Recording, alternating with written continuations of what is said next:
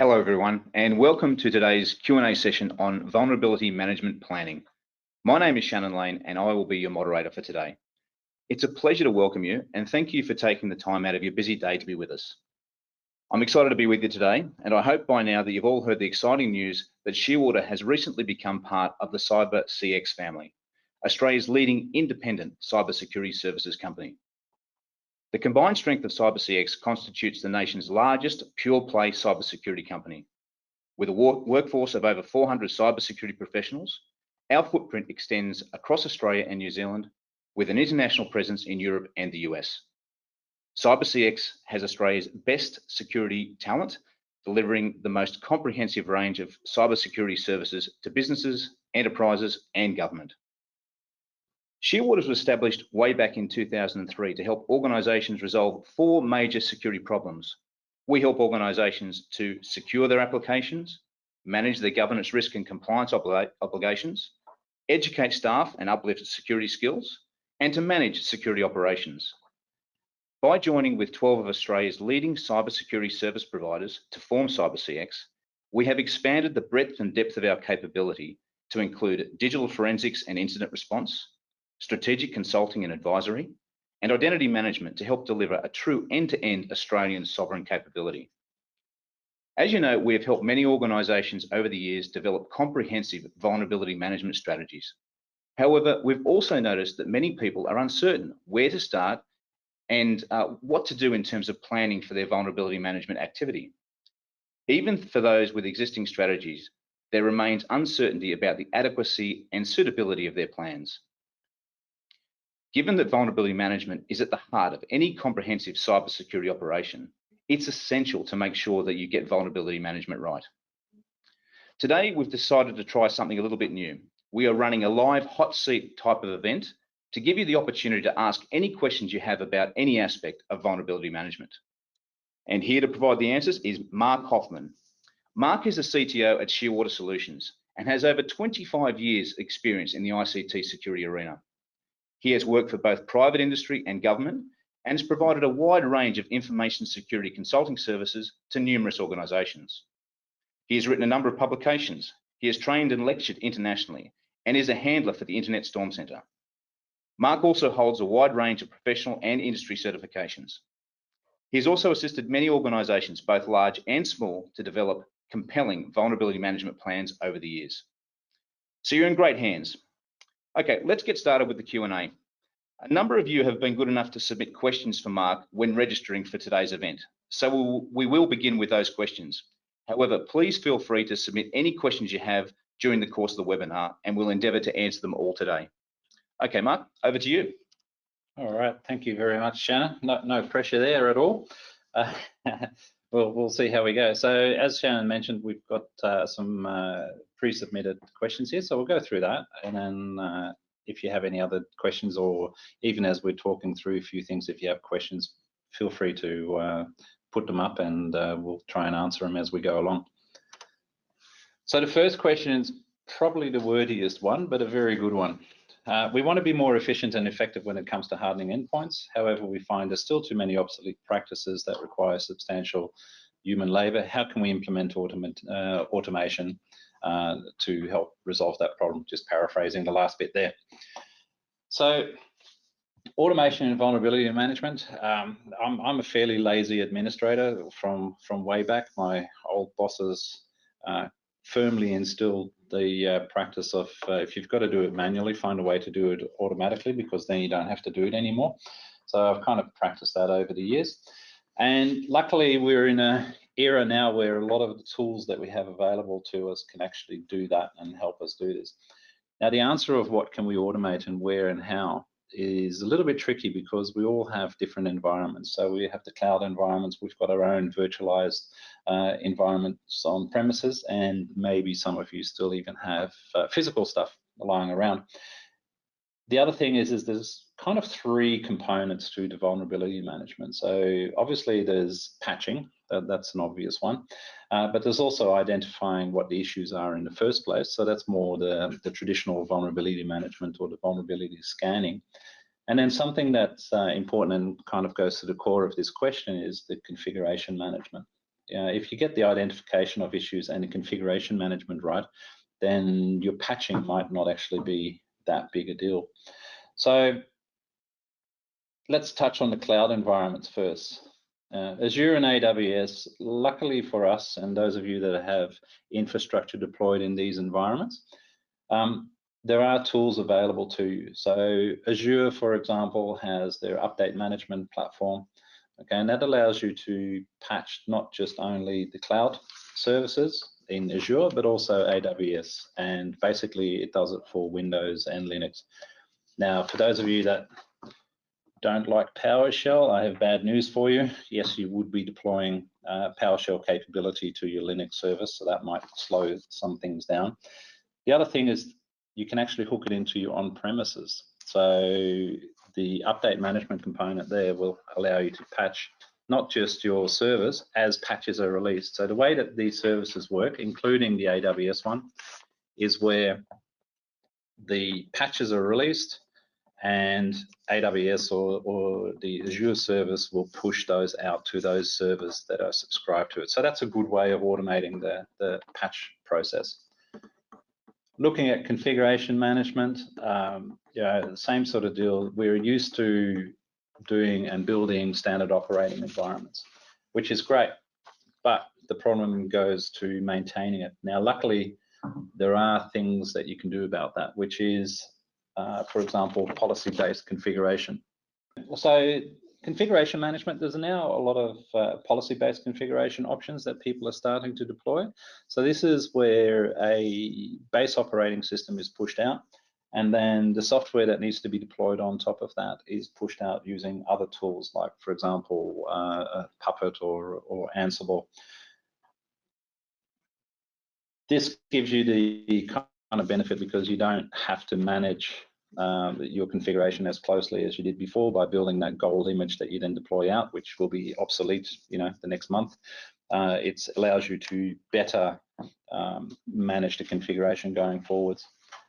The other thing that we've seen a lot of customers starting to do, especially the ones that deploy in cloud environments, is code-defined deployments. So what we're seeing is organizations starting to codify their server deployments and the configuration. So, for example, one of our customers does a GitHub repository, which essentially has the JSON in there to deploy their servers into Azure or into AWS.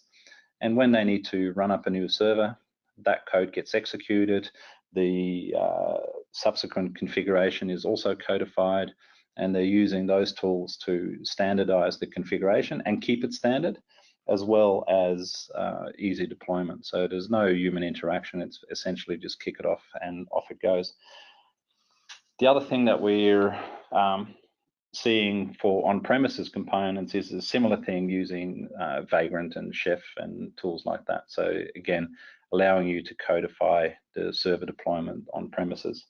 Now, there is a base premise to all of this, and I'll get to that in a second. The final part of vulnerability management, of course, is the scanning, which goes towards identification and identifying the issues, as well as determining what needs to be patched and what vulnerabilities need to be fixed. So people are starting to deploy things using, in the DevOps cycle, using the various vulnerability scanning tools, and you can pretty much insert your favorite one here. Insert your favorite tool, most likely will have the ability to interact using APIs. So as part of a DevOps cycle, code gets written, Jenkins or Bamboo is used to build an environment. As part of that build script, the final step is kick off a message to maybe a Fortify or one of the other source code checking tools. Once the code passes that, it goes to the next stage where it gets scanned using insert your favorite scanner here. Once the result of that is okay, then the code finally gets to deploy to production. So people are starting to implement security as part of that integrated DevOps cycle, which is great to see. But again, it fits around that basis of how aggressively do you patch. Now, I will freely confess I'm an aggressive patcher. If the patch is out, might as well put it on. and see what happens. Now, I know that doesn't fit well with many organizations' vulnerability management program, but that's what we're here to talk about today. The reason I like aggressive patching is because we are now, in a reasonably mature industry. Microsoft and other organizations and vendors, they do have their patch creation processes and their fixes reasonably well sorted out. So the need or the desire to test things thoroughly before they go out kind of is a little bit less than it used to be a few years ago. The vendors typically make 1 or 2 noticeable big mistakes per year. And if you have a process in place to deal with those, then perhaps you are ready to start doing this aggressive patching approach. The other reason I like it is because, well, it's like managing your car. If you just fix everything instead of just fixing the 1 or 2 things that rattle, then the next time you need to fix it, well, the rattles have already been fixed, so you can just move on. Whereas I find that a lot of organizations, when they patch infrequently or they only patch 1 or 2 things, when they get to a full patch cycle, then things start falling over. But that completely depends on the organization's risk appetite. It completely depends on how the organization deals with their critical assets, which in fact we've got a question on a little bit later on, so I'll go into that a little bit more. So automation, absolutely, automation is your friend. Various different tools available for you to start utilizing that, both in cloud as well as on premises, for configuration, for vulnerability management, and even deploying servers. So plenty of choices available. We'll see if we can make some links available to some of these things that I've talked about after the webinar. So let's move along to the next question. Do you recommend a capability model for vulnerability management so we can assess our journey from ad hoc to optimized?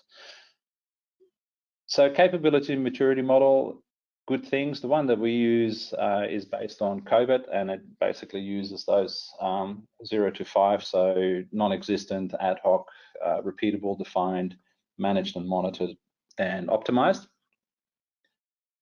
Capability maturity models, the challenge with them is that they're very good at allowing you to look at your process and perhaps manage your improvements in processes.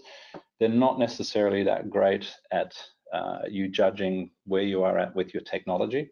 So what we've actually done internally is we've kind of mapped our own technology breakpoints for each one of those levels in the capability maturity model. So obviously 0, not implemented any technology, that's kind of an obvious one. But the ad hoc one, for example, we have a tool implemented and it covers the basic issues, but it's not been really tailored for the environment or anything like that. So 2, as a repeatable one in our respect for the technology, is it's implemented, it's been somewhat customized for that organization, and it has reasonable cover of the environment, whether that be on premises or cloud or other. Defined would be, we've got it implemented and the security tool is about 100% covering the environment that you're supposed to cover. And then the managed and monitor, so this is the 4s and the 5s. The 4, it's monitored, it's reviewed, it's action. So it means that you're looking at the results, you're taking action on those results, and it's actually starting to get you some good benefits. And then of course 5 is optimized, so the bee's knees. So that's kind of what we do now. With the technology side of things for the capability maturity model, you can kind of do your own thing as long as you're consistent over time, and then you can start using it as part of your metric. As far as where you would sit with vulnerability management on that capability model, so more of a maturity component, if you've got nothing, that's obviously an easy one, that's a 0. Ad hoc, if you on occasion plug in a laptop that's running Nessus, for example, you'd probably be considered an ad hoc. If you've got something actually deployed that runs on a regular basis, maybe once a quarter or once a month or whatever, then you're probably at maturity level 2 or the capability level 2, so repeatable.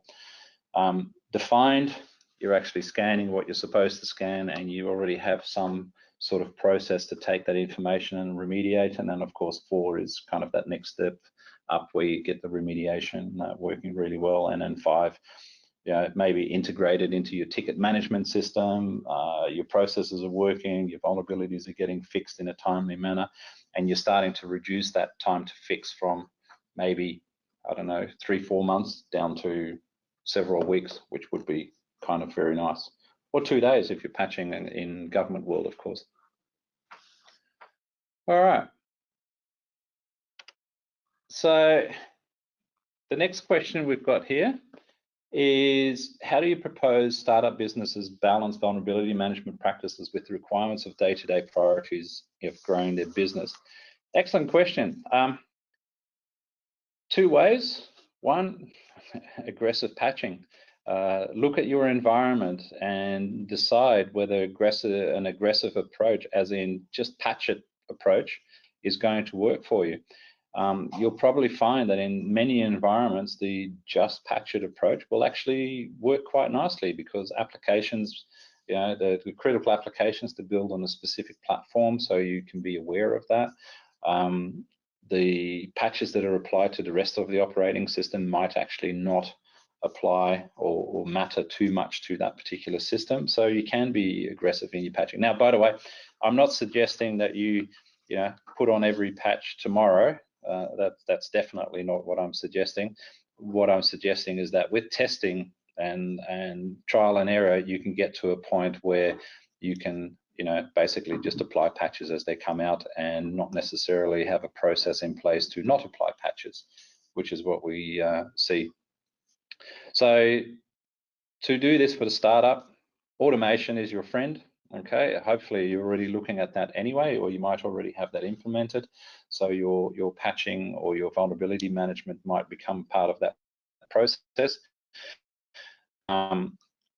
Except that something might go wrong, and that's pretty much all you can do to make that go away. And then prioritize. Prioritize what's important to the organization and the business, and then determine whether it's appropriate for you to do this aggressive patching or not.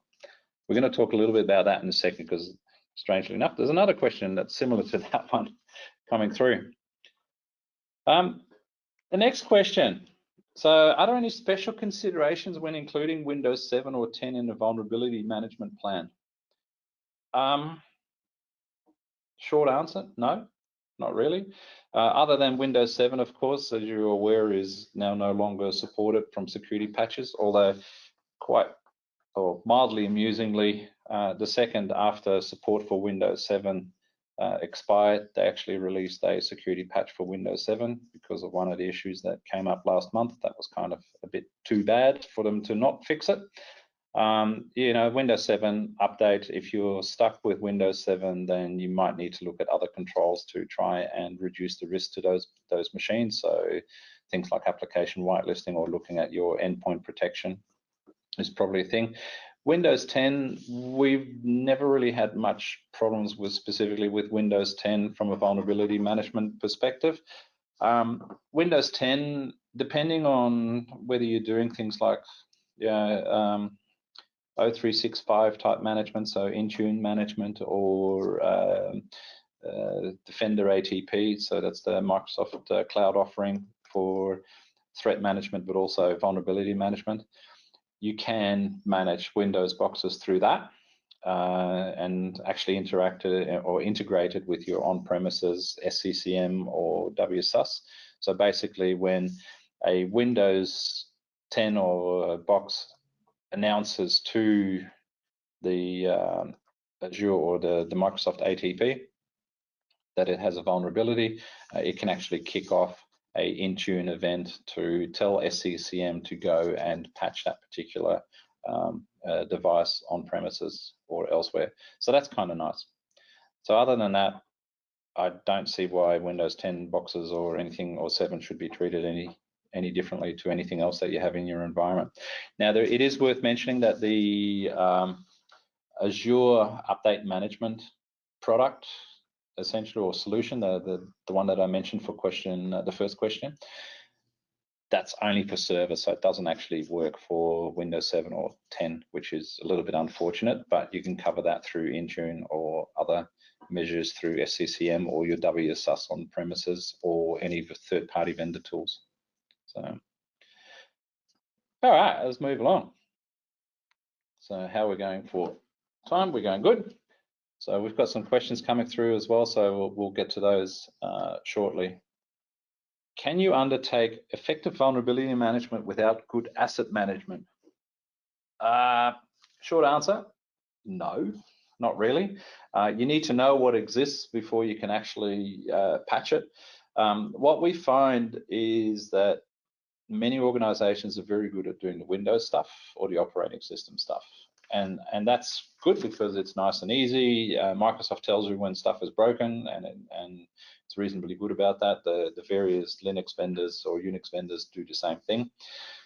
It's third-party products that are usually the problem, and we find that organizations don't necessarily have good visibility of what they actually are running in their environment. That problem is kind of exacerbated by BYOD devices in the environment. So you have organizations that obviously allow those BYOD environment machines into the environment that may have various levels of patching, various levels of software, various third-party products, all products and things that the IT department doesn't necessarily know about. So that becomes the challenge. The asset management component also extends down to network devices. When we do a scan in an environment, and this is specifically vulnerability management, a vulnerability scan, we bring a tool, we go and scan a subnet, particular subnet, for example. The customer, we ask the customer, how many devices do you have? The answer is 1,000. Guaranteed, if customer tells us there are 1,000 devices on the network, we'll find at least 1,500. If they tell us there's 1,500 devices, we'll at least find 2,000-3,000. So the number is always different. So asset management is actually quite important, very important to get right. There are tools available that allow you to do that, and a lot of the vulnerability scanners on the market, they will actually essentially build a little bit of an asset management database for you. Depending on whether you have an intrusion detection system, some of those will actually build you essentially a asset database for you. There are some open source tools that will do the same sort of thing. So they basically listen to the traffic on the network. When they see a particular device communicating to another device, it goes, there's something on the network, let me try and identify it, and it'll add it to the asset database. So there are ways to get that information out. Your vulnerability management tool, you scan the environment, it'll touch every IP address. Once it's touched each IP address, it'll have some information about that, which it can then be used to validate your existing asset database or even help you build it. So, but yes, it's quite difficult to do it without knowing what's in the environment. Fantastic. Look, we might just pause there for 30 seconds and conduct a bit of a poll. It's a poll we ran a couple of years ago, so we'll be able to provide you with results that you indicate today, but also give you a little bit of longitudinal insight in terms of what the results were from a couple of years ago. If you can take the time to vote on this, what is your organization's biggest challenge when it comes to vulnerability management? Is it A, technology, B, resources, or C, processes? And we'll leave that open for about 30 seconds, and then we'll move on with the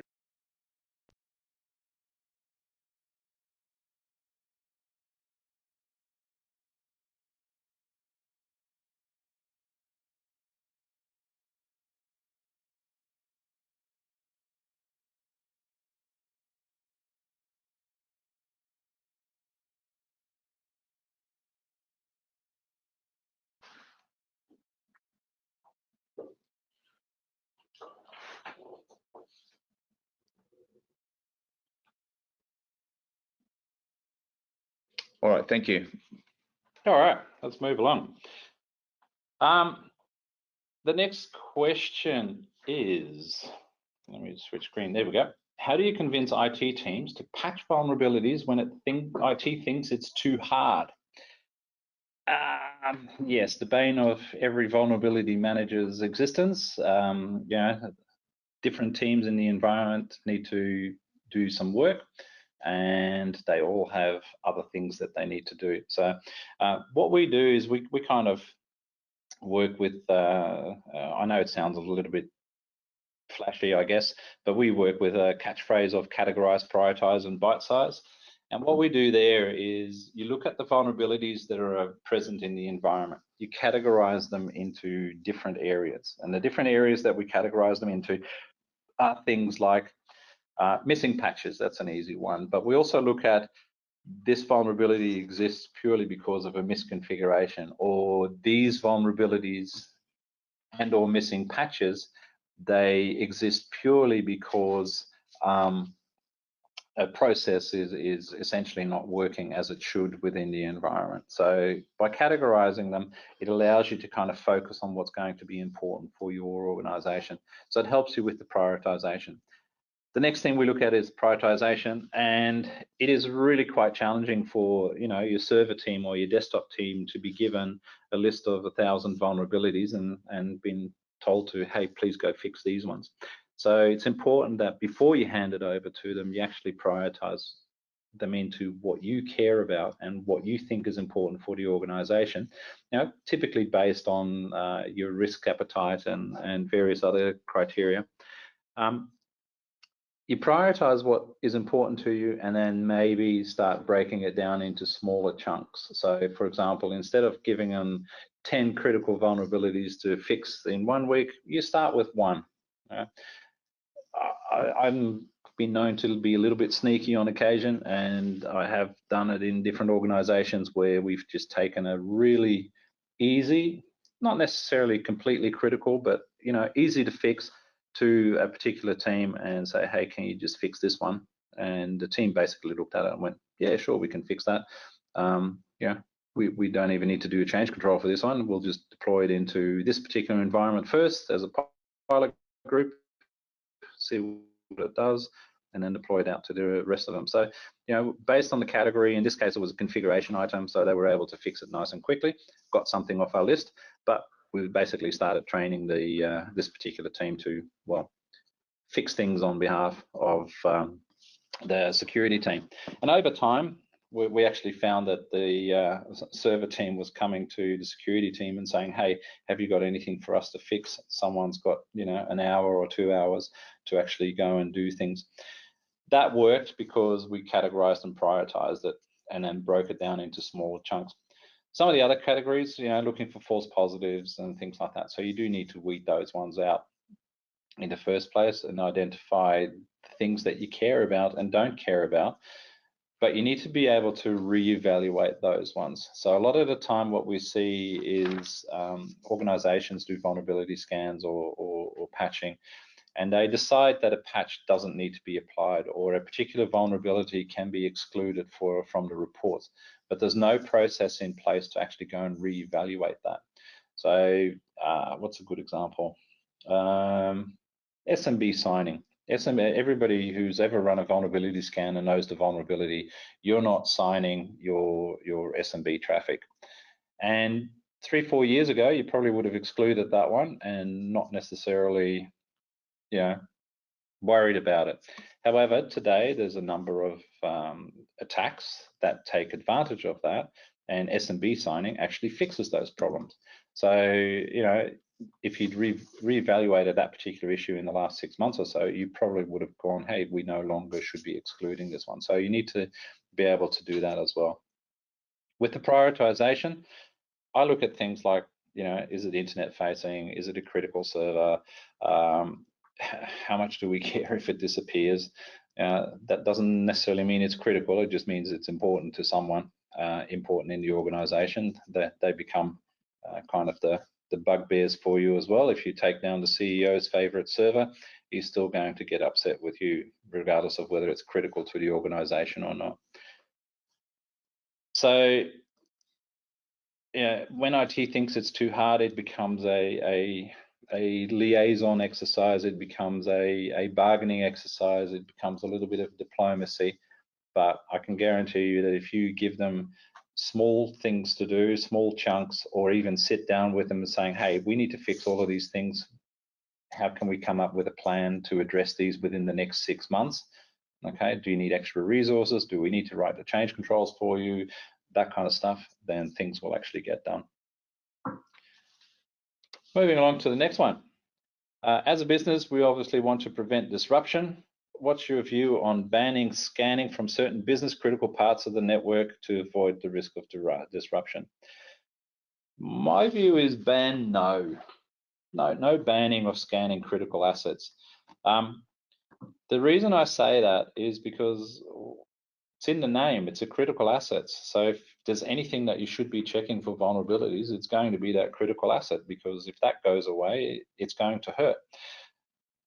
However, again, not from today to tomorrow, switch it on, it's going to be a small step. So critical systems, hopefully there is a test system for it, or a development system, or a UAT environment, or a staging environment.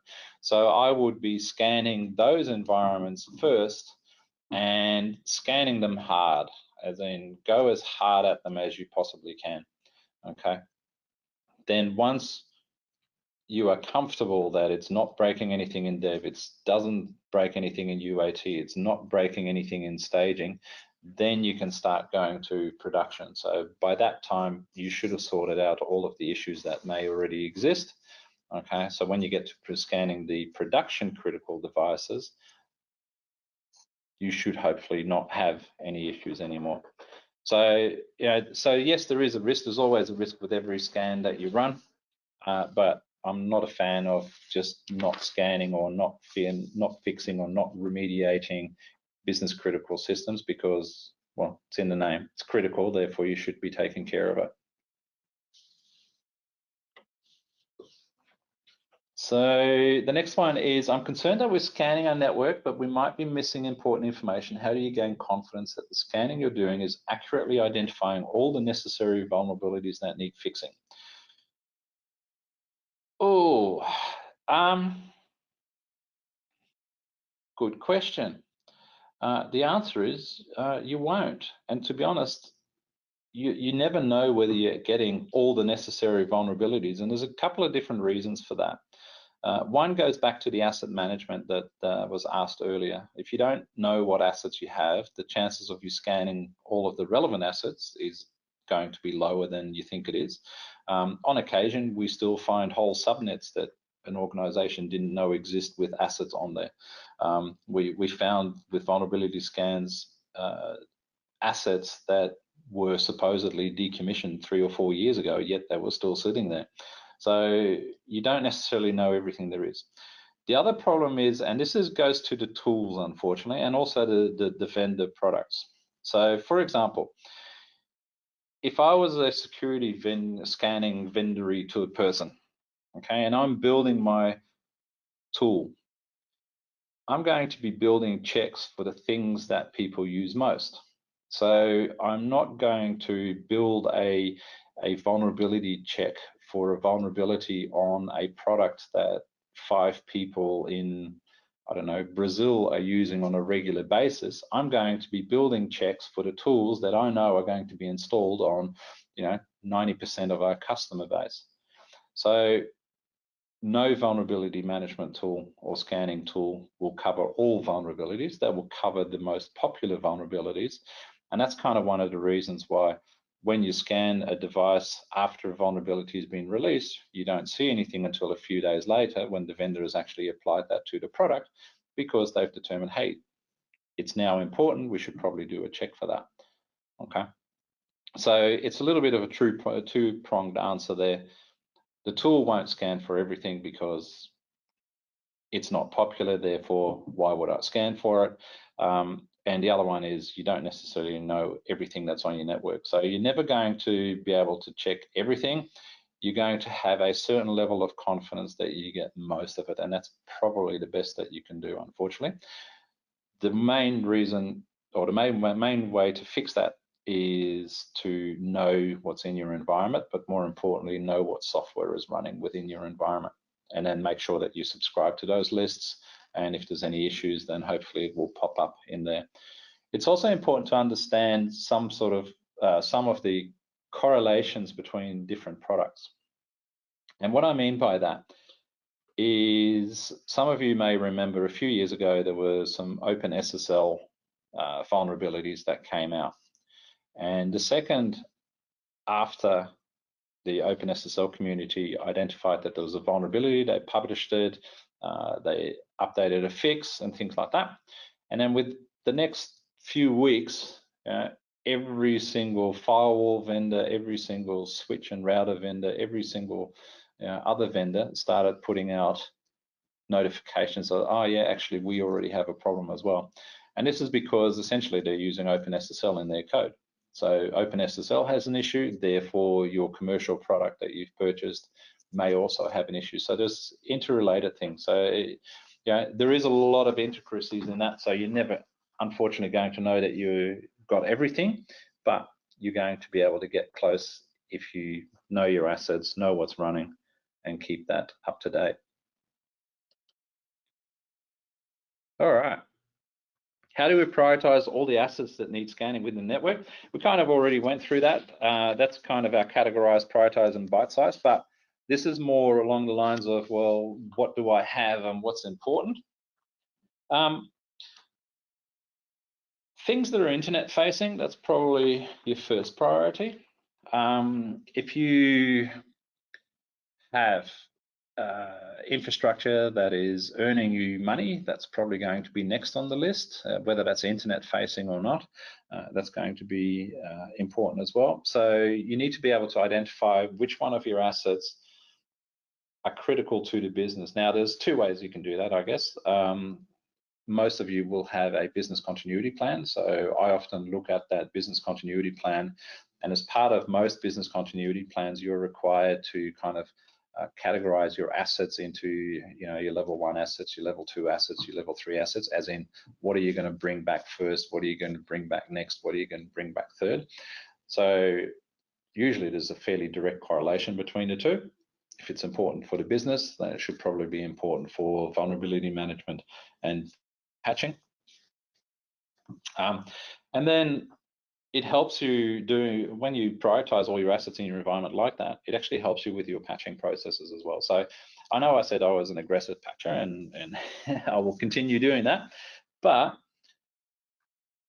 if you can't be, well, what do you do then? Well, if you can't be an aggressive patcher, then you need to properly identify what are your critical systems, which ones you should look at. And that way, when a critical issue comes out, you address them first in that particular area. So for example, one of our customers, they have a very large server fleet, couldn't possibly patch it all within the time frame they had available. So they categorized their information or their systems into the different areas, and then they would put a focused effort into doing the critical 1 systems before they did the 2s and the 3s.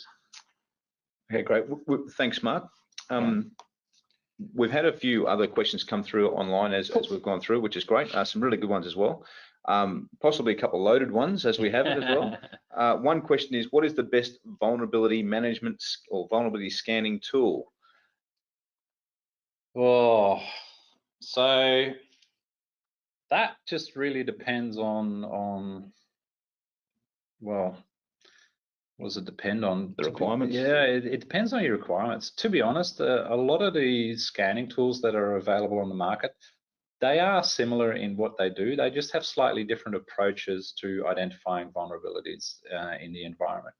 And the better picks are on what fits your particular environment, and also how that particular vendor maybe presents the information to you, and how flexible it is to get the information out and do your reporting on it. So, yeah, all of them should do pretty similar scanning results. They should get fairly similar false positive rates and false negative rates and things like that. They should identify the core issues. It's then what they do with that information afterwards. From a passive scanning perspective, because that's something that some of the vendors will be doing, a lot of the vulnerability management tools are now evolving into tools that actually have an agent installed on service. So rather than doing a network scan only, or even an authenticated scan, they're using the agent that's installed on the machine to, well, essentially dob the machine in. So if the machine has a patch missing or the machine has a vulnerability, the agent will basically ping back to the console saying, hey, I've got a vulnerability, please fix me. So the different vendors will do that.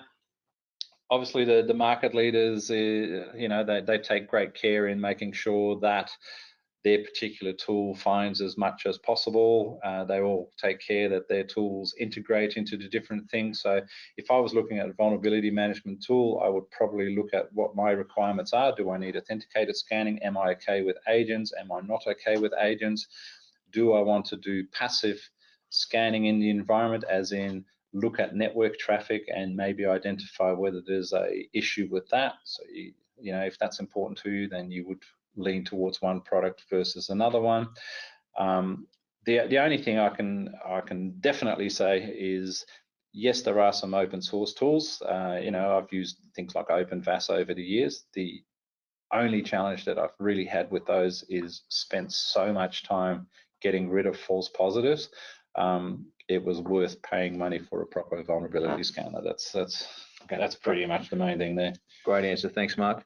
Another question that's come through is, if you have no vulnerability scanner in place at the moment, and there's a little bit more text around this, but I guess what the essence of the question is, what are your options if you have no vulnerability scanner in place?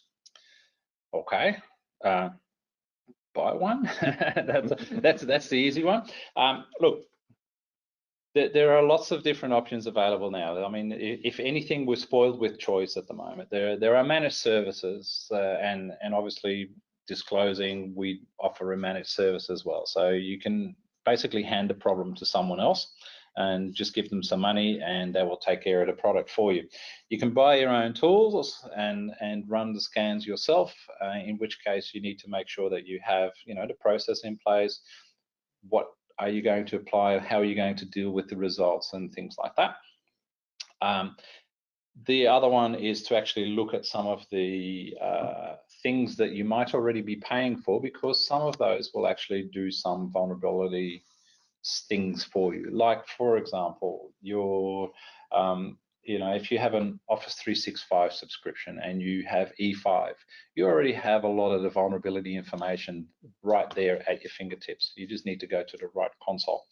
Now, it's not going to help you do the patching necessarily, but it's going to at least help you identify the issues. So, and then there's a whole swag of tools available for you. So, okay, great. I love this next question. How should you review your vulnerability management practices post-incident? Oh, nice. Let me think about that for a second. All right, so you've had an incident. I would probably, if you already have a vulnerability management process, I would probably look at what that vulnerability process has actually picked up on those devices. Then I would definitely correlate, as part of my lessons learned in my incident response program process, or even root cause analysis, I would probably look at how the incident occurred and whether one of the vulnerabilities that my vulnerability management tool could have picked up was involved. And if the answer is yes, then I would need to look at my remediation process, and maybe we're too slow. Maybe it's an area that's been missed, or what we sometimes find it's actually an attack that came from somewhere other than where you were expecting it, and therefore you couldn't necessarily identify it anyway. So with your post-incident review, you would likely go through the standard 6 stages, obviously, but from a root cause analysis, what was the root cause? Would the tool have helped me identify this in the first place, or did it identify it in the first place? If the answer is yes, then what's wrong with my vulnerability management process that didn't get addressed in the first place? And that might be because of the categorization or your prioritization. So, maybe it was miscategorized. Maybe it was an issue that is so new that you didn't have a reasonable chance of identifying it as something that was going to be critical. Because remember, things that are not critical today might be tomorrow. Depends on what happens out in the world. Okay. So, yeah. Fantastic. Good question. I like that one. That was a great question. Actually. Yeah, that was a good one. Really, really good. Make me think. Good. Another question that's come through is okay, so I'll paraphrase this. If you are familiar with vulnerability management in the infrastructure and operating system arena, how could you extend that practice into the application space for vulnerability management? Okay. So we're saying that we have a vulnerability scanner already in place and it's doing our infrastructure components. And operating systems, yes. And operating system. Okay, well, it's actually pretty straightforward, to be honest, because the tool that you've purchased, as I mentioned as part of the earlier questions, there are most likely already APIs there, right? They're right there for your use. So it becomes a matter of looking at your DevOps cycle to see where something like a vulnerability scan would logically fit within your DevOps cycle. And then essentially part of the automation, you would flick off a request to your vulnerability scanner with the relevant information to scan that particular application or server or whatever you're trying to target. So yeah, it's the logical next step as part of your automation. But if you've already got everything in place, then it's just a matter of how do I hook it in, and APIs and the vendors that we work with, they will typically have the manuals available for those APIs, so you can integrate. And otherwise, well, reach out to us, I guess, but also reach out to your vendors. Okay. Yeah, great. Look, there's a couple of other good ones that's come up. What's an acceptable false positive rate, and what can I do to reduce the number of false positives? Oh, false positive rate, especially in vulnerability management. So this is more towards the vulnerability management rather than patching or configuration and things like that, component of vulnerability management. An acceptable false positive rate. Well, false positive rates or false positives soak up time. That's the main issue with them. So you need to identify them in the first place. Now, the way that we do it is we actually look at the results, and a lot of the tools will have and this is how I came to the conclusion that there was a vulnerability component, whether that be in a report or on one of the dashes. When you look at, and this is how I came to the conclusion that there was an issue, a lot of the time it will tell you whether it's an issue because, or it reported it because there was a specific version of a piece of software available, or whether it actually, maybe sent a command to the client or the server. It sent a command, it received a particular response, and therefore that particular device is vulnerable. So the difference between those two checks, one is just a, are you wearing a blue shirt type check, and the other one is, are you wearing a blue shirt? Is it made out of cotton? Let me test that it's made out of cotton. So it's a much more certain test. So that's what we would go through in identifying the false positives. An acceptable rate, it's really a difficult question to answer because, ideally you'd have none, but as your false positives go down, everybody knows that your your negatives go up as well at the same time, so you might miss things. So you're better off having a few vulnerable false positives, but you just need to manage them. Okay, great. Mark, one other question that's come through. My organisation insists on having a new change control done every time we do a scan. Therefore, we only do them quarterly. Not surprising. How do we improve on this? Okay, this is actually one that we come across quite a bit. In fact, I can trumpet one a little bit further. We had an organisation where especially on the patching side of things, they put in a change control to do the patching every month, and yet 3 years later, when we were doing a PCI assessment, they hadn't patched a single server, and that was because the business kept on coming back and kind of kiboshing their change window. The answer to both questions would have been the same, which is establish a program to do it. So what we typically tell people to do, or suggest that they do, is if your organization wants change control for every single vulnerability scan that you run, that's fine, but do it as a standard change. So basically go through the change process once, document it, and then set a schedule. So everybody in the business knows that vulnerability scans will be run on this particular piece of infrastructure between the hours of this and this. Therefore, if there are any issues, then the security team needs to be contacted or the scan needs to be stopped. Run that as what ITIL defines as a standard change, and then document that. And technically, you should never have to do that change of control again, not unless something significantly changes.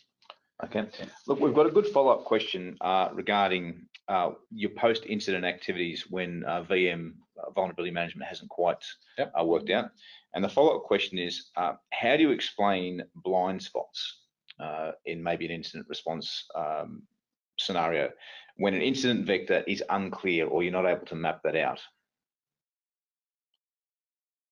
So, sorry, I just have to read that again. How do you explain it? Oh, okay. All right. So basically,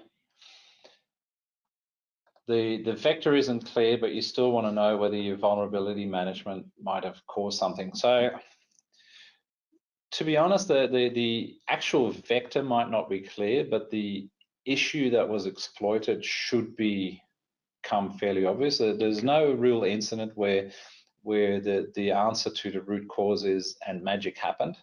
I know that's a bit of a flippant answer, but that's realistically what it is. There's always going to be at least a good educated guess as to what actually happened, and then you can still determine or correlate that back to your specific vulnerability that you might have identified.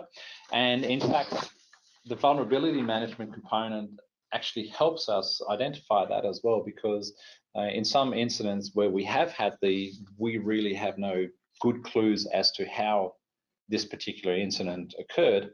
When we look at the vulnerability scan for that particular device, based on the vulnerabilities that were present on that device or the configuration issues that were present on that device, it actually gave us a bigger hint as to what was the likely root cause. So it's kind of a bit of a twofer there. So good follow-up. Sorry, it was probably a little bit fuzzier than we were expecting. Okay, look, there are a couple of questions that keep coming up in terms of what good vulnerability scanning tools are. I think we'll go back to your original answer, Mark. Do I want to just name names or ones that we work with? I mean, yeah, let's do look, that. To be honest, the ones that are typically in the market at the moment, you've obviously got Qualys, you've got Rapid7's, Nexpose or Insight VM. You've got Nessus platform. You've got, what else? There's things that are a little bit more esoteric in the market, like Satan and a couple of the other ones. But those three, the first three, the Qualys, the Rapid7, the Nessus tools, they tend to be the market leaders, and they tend to be the more flexible ones. All three of those products, what they're starting to do now, which really helps you out in the vulnerability management, is help you prioritize things in the first place. So, the various different vendors, they are now feeding in things like threat information. So the vulnerability advice that the tools are starting to give you are more relevant to the particular environments, because they are now actually seeing this exploit, therefore they're raising the profile of a particular vulnerability for you. So those are the ones that we tend to work with. There are many other ones on the market, but again, to be honest, check what your requirements are and pick the tool that fits your needs. If you have a particular DevOps requirement, then one tool might be more suitable than the other. If you've got particular web application requirements, then one tool may be a bit better than the other. All right. Look, I'm just trying to fit in one more quick question before we do a wrap up. And I think another good one's come through. What's a realistic time frame to complete a scan of your network? I've heard the latest scanning technologies can complete scanning within 1 day. Are there any different technologies that you can scan more efficiently to save time without compromising accuracy? Yes. All right. Depends on the size of the network? No, it doesn't actually. Okay. It depends on what you're actually doing. So, especially with IPv6 networks, right? So if you're going to do a blind scan starting at IP address number 1 and ending up at IP address, 5,300,000 and whatever it is, yes, your scan's going to take a while. And some of our customer environments, for example, a discovery scan just to kind of, let's see what's around, can take days. And in fact, we ran one the other week, and I think it took 7 days to completely scan the whole customer environment. So that's a big thing. So IPv4, well, maybe not such a big deal, but the vendors have all come to the party with that, and they've implemented their various versions of how to address that. And how to address that is typically an agent. So put an agent on the assets that you know, and then the assets will report back. So yes, you can complete a scan if you're doing that. Most assets, when they're being scanned, if they're doing authenticated scanning, you're probably looking at about, I don't know, 10 to 15 minutes per device, depending on what checks you are actually doing. So you can work it out, how many devices you have on a network times 10 minutes. You can pretty much figure out how long your scan's going to take. Things like the agents will bring that down, obviously, because there's no need to scan because the agent dobs you in.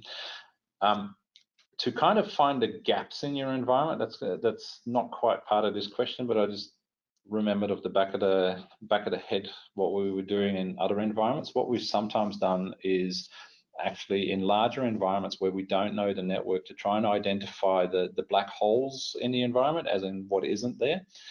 What we've done is we've done, just using Nmap, for example, is actually scan all private IP address ranges that exist, okay, minus the ones that we definitely know are within that organization.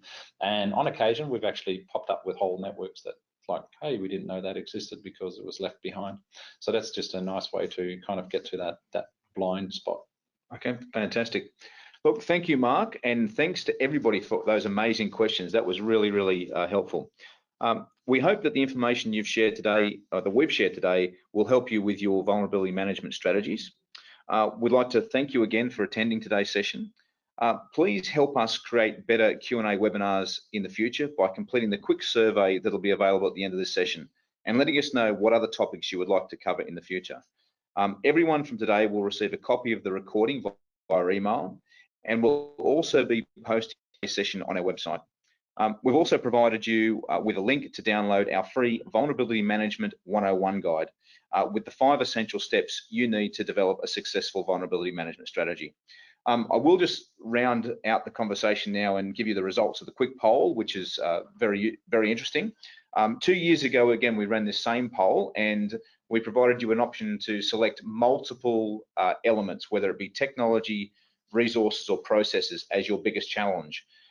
Today, the results were 19% suggested that technology was the biggest challenge, 65% suggested resources was the biggest challenge, and 45% said processes were the biggest challenge. Now, again, that's more than 100%, but it gives you an insight into the scope of the problem.